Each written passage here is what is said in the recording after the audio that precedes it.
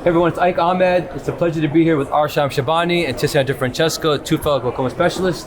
We're here in Rome at the World Glaucoma Congress, and it's such a cool place to see innovation. Yeah.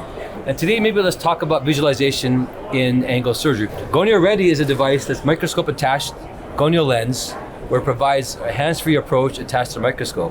What do you see the advantages, or how can we perhaps use that free hand, to our advantages today and maybe tomorrow in terms of mixed technologies? I would say when it comes to MIGS, visualization is one of the most important skills to have it. So you have to achieve and maintain a good intra-op gonioscopy view. And when we have the Gonio Ready available, we can have the really good quality view of the angle, and we can also use, for example, our non-dominant hand. In the middle of the surgery, if we have blood reflux, if we need anything to use our non-dominant hand, we can inject more viscoelastic, we can clear the view and get even a better view during the surgery. Yeah, it's surprising to me how often you realize that it's the gonio hand that's creating the striae. I think a lot of times, I was thinking it was more the working hand, but it's actually the other side. So these things really do help create a great view. And then the other side, we talk a little bit about two-handedness. There's probably technology that's going to come out that we can't even really think about that might require two hands. Certainly for stent repositioning, there are times when you can get caught in some stents and you might need another hand to come free an instrument.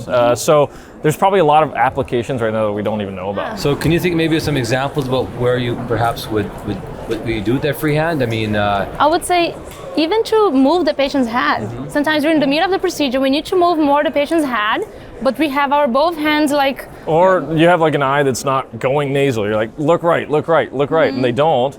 That could be another point where you might be able to use even a conch forceps, something blunt to actually rotate the eye away. I always find that two hands are better than one, just even if you're holding the device. Yeah. Especially if you're for example, going from left to right or right to left. Yeah. Your grip changes, you kind of lose control a bit, and having your second hand allows you to kind of pivot a bit in this. So I like that idea as well. What about having a cannula in the eye? Yeah, so I think when you have that 2-point, just like retinal surgery, you can rotate the eye around. It might be easier to rotate the globe away from you if they're not looking where you want them to, without working just underneath where the gonio prism is and creating just the stria that you're avoiding. So I think that, and there are probably areas we haven't even figured out yet about what the second hand can be used for. Look, we're gonna get in the realm of suprachoroidal devices, right? We know that there is the chance for problems where you might have to remove a device. Those aren't as easy to remove sometimes with a single hand. We've done that with CyPass. There have been times I've had a assist hold the gonio prism to work on both sides just to dissect it out. For an experienced surgeon, do you feel it'll make a difference for you in your everyday surgery? And if so, in what ways could you do it, or maybe other opportunities that you don't currently do right now? I think revisions of devices in the angle would be where I would really look at it. For teaching, absolutely. And people that are getting into angle procedures though, this would almost be a no-brainer. I agree, yeah.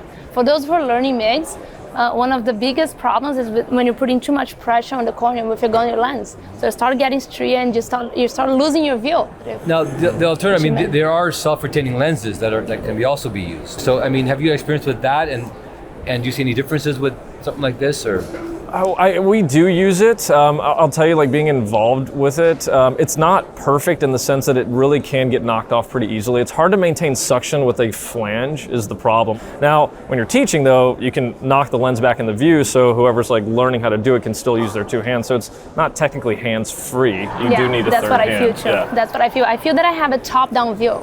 And I'm always using my non-dominant, it should be a hands-free gonio lens, but I'm always using my non-dominant hand to kind of adjust. Yeah. So it's not quite fully that way. Yeah. I agree. I think that's true. I think this is truly hands-free. Mm-hmm. There's a learning curve, of course, using your foot pedal to do a bit of the work and set it up right. That's a bit of a learning curve, but I think that's something that's probably more achievable than learning a gonio for the first time. So. I agree. Yeah. That's awesome. Well, thank you both for being part of this. Looking forward to getting in everyone's hands and using. I think we're just starting, experience. Mm-hmm. And I think, like you said before, phaco was done one-handed for the longest time. Yeah. And once someone unlocked that mystery of having a second hand, all of a sudden our techniques changed. Yes. So I think we're going to see this also in gonio surgery, and probably there's going to be more stuff that we haven't thought about yet. So. Exactly. Thank you both. Enjoy more pasta and pizza and everything else in Rome, and be ready for Gonio Ready. All right. Thank you.